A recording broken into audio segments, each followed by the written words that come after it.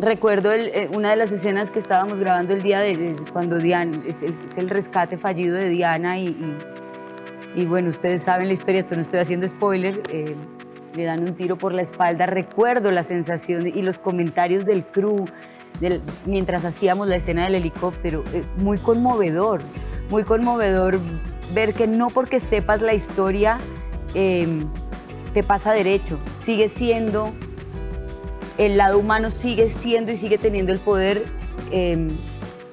más importante de todo. Y a veces se nos olvida y vemos cifras en los noticieros y nos hace en nuestros países, nos acostumbramos a escuchar que hay muertos o secuestrados o desaparecidos o asesinatos y me conmovía mucho ver que que sí hay gente que le importa y sí hay muchos que nos resuena y que cada muerto cuenta y que nos duelen nuestros muertos y que a pesar de que esta es una historia que supuestamente es solo de los 90, pues no, la seguimos viviendo y todos tenemos esa memoria ahí y las emociones ahí puestas. Me refiero no solo a mis compañeros actores, sino a mis compañeros del crew detrás de cámara. Era un tema que estábamos siempre permanentemente hablando todos y cada uno contando su historia de vida.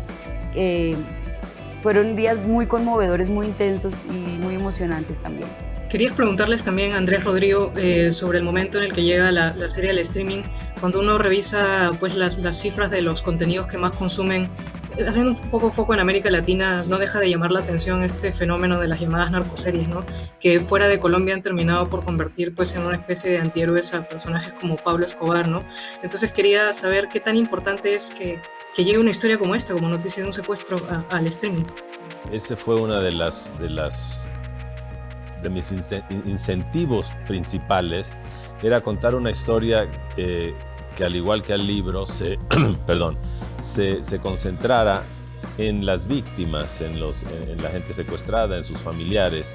O sea, quería contar una historia donde no está exaltada la figura del narcotraficante, la figura del capo con sus excesos, con sus violencias, que no haya una especie de fascinación con una narcopornografía. O sea, precisamente creo que hacía falta una serie que hiciera lo contrario, donde no se vieran a esos personajes realmente, pero se vieran las olas que causaban finalmente lo que dijiste tú, el país secuestrado. Eso era creativamente mi impulso más grande. Andrés, para terminar también, un protagonista importante dentro de tu obra siempre ha sido Chile, con historias que son personales, pero que también están dentro de un contexto social y político importante y fuerte dentro de la memoria de Chile, ¿no? ¿Cómo ha sido ahora el trasladarte a un momento histórico tan importante dentro de Colombia y cómo crees que tu visión como no colombiano, como extranjero, ha ayudado en el resultado final de la serie?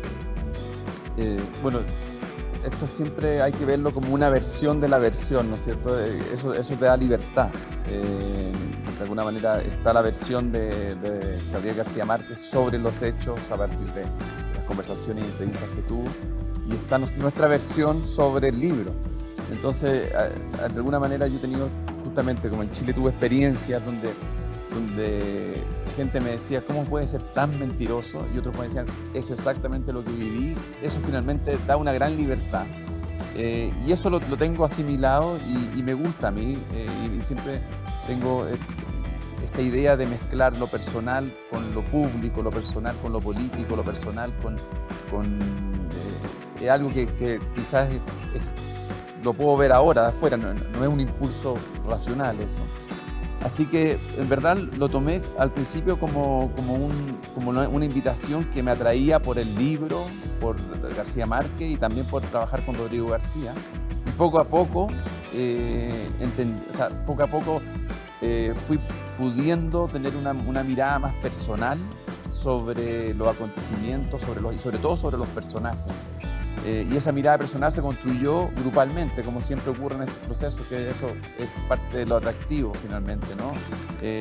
Construimos particularmente con los personajes, primero con los escritores, colombianos todos, y después con el elenco colombiano todo. Entonces, de alguna manera, más que venir con una visión prefijada, fue una construcción de una mirada que fue muy, muy colectiva, y que eso hace también que surja la magia, digamos, ¿no es cierto? Porque finalmente, esto es un dicho que hay cineastas dicen, ¿no es cierto?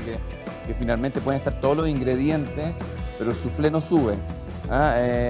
Y en este caso, eso es magia, y de repente, eso es magia, que suba o no suba. Y en este caso, puedo estar muy cerca para decirlo, siento que el soufflé subió. Y eso y eso, para eso es un regalo. Y eso tiene, y no tiene que ver con que sea chileno o colombiano yo.